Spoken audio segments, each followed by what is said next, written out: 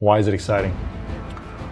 Because it means you have different ways to get better. There's certain things that you can figure out that you can take advantage of, right? Certain weaknesses that were exposed that you need to shore up, right? So it was exciting. I mean, it sucks to lose, Right.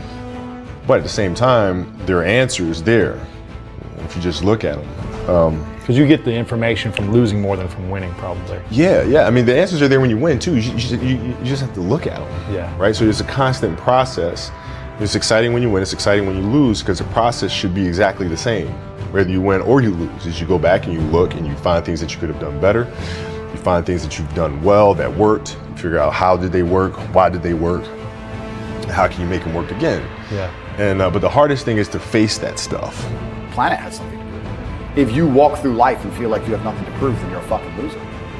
If you wake up each day and go, I don't owe anybody anything, I don't have to prove anything to anybody, then you are a loser, because you are absolutely not being correct. You must prove yourself to other people. You must prove yourself to your bloodline, as we just discussed. You must prove yourself to God. God hates the lazy. You can't stand them. If he gives you all these genetic dispositions and these natural God-given gifts, if you have 2 arms and 2 legs and you can think, and you're not trying your absolute best, that's the reason you're not lucky. He doesn't like you.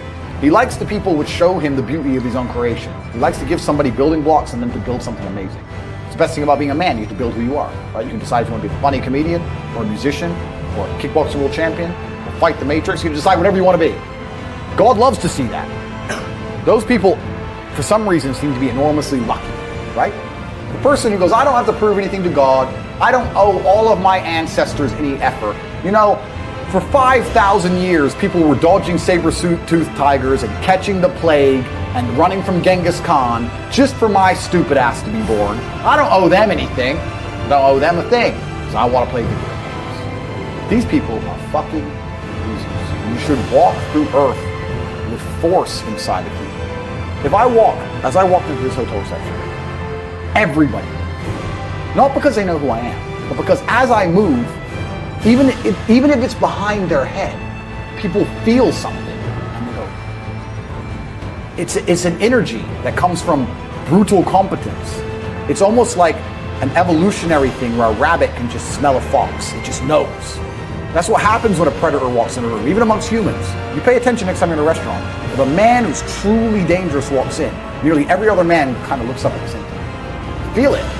You need to, or you don't survive. We've evolved with that to live.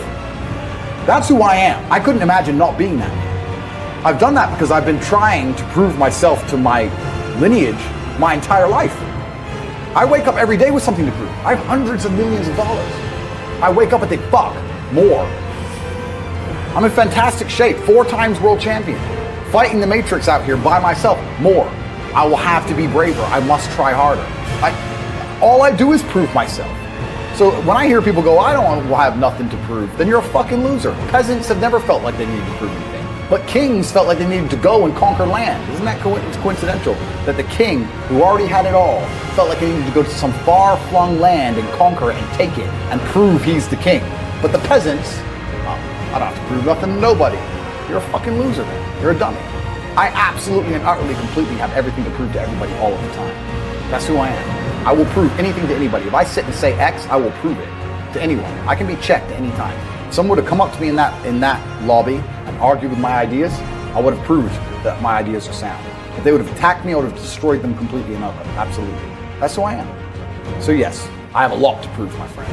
The answer is you need to get rich, you need to get a network. I know this is all I talk about, but I believe it is my mission to try and defeat the Matrix. And you defeat the Matrix with truth and love, because the Matrix relies on hate and deception.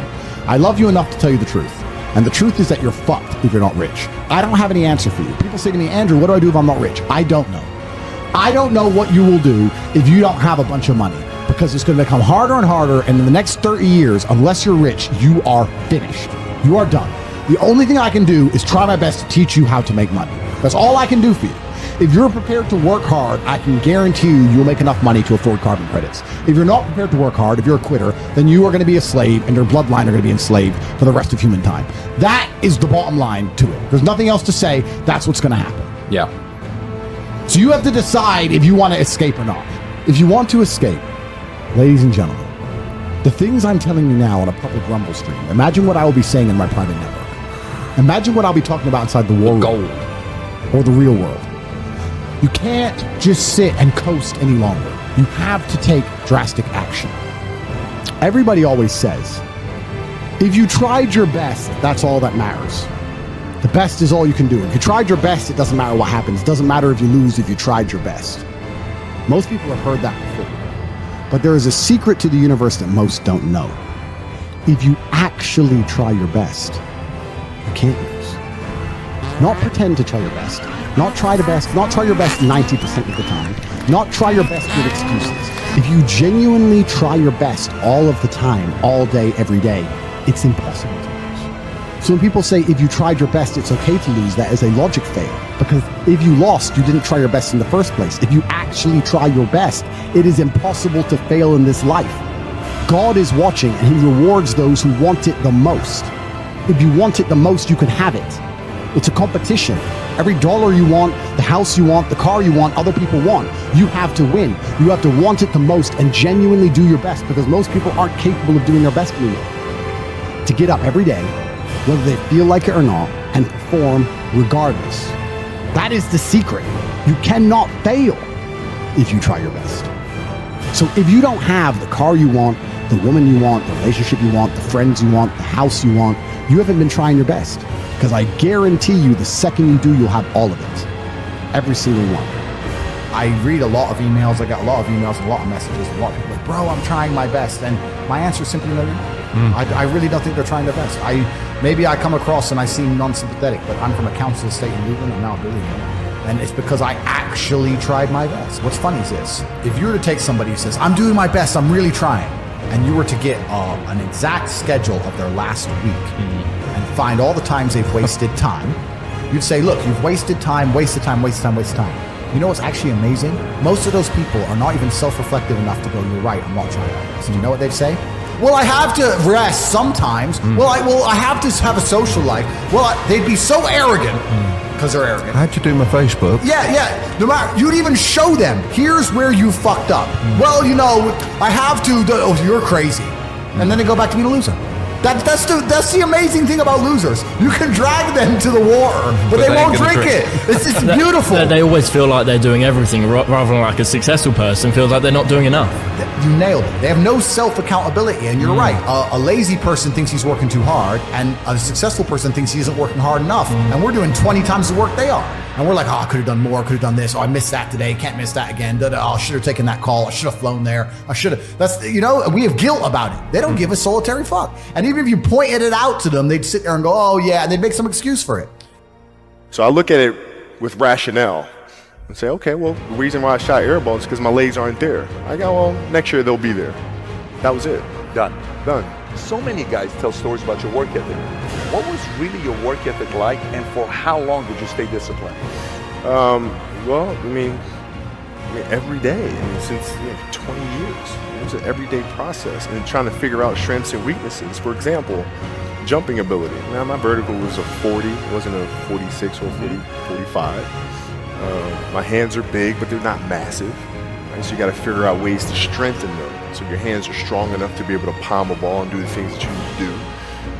Quickness, I was quick, but not insanely quick. I was fast, but not ridiculously fast. Right? So I had to rely on skill a lot more.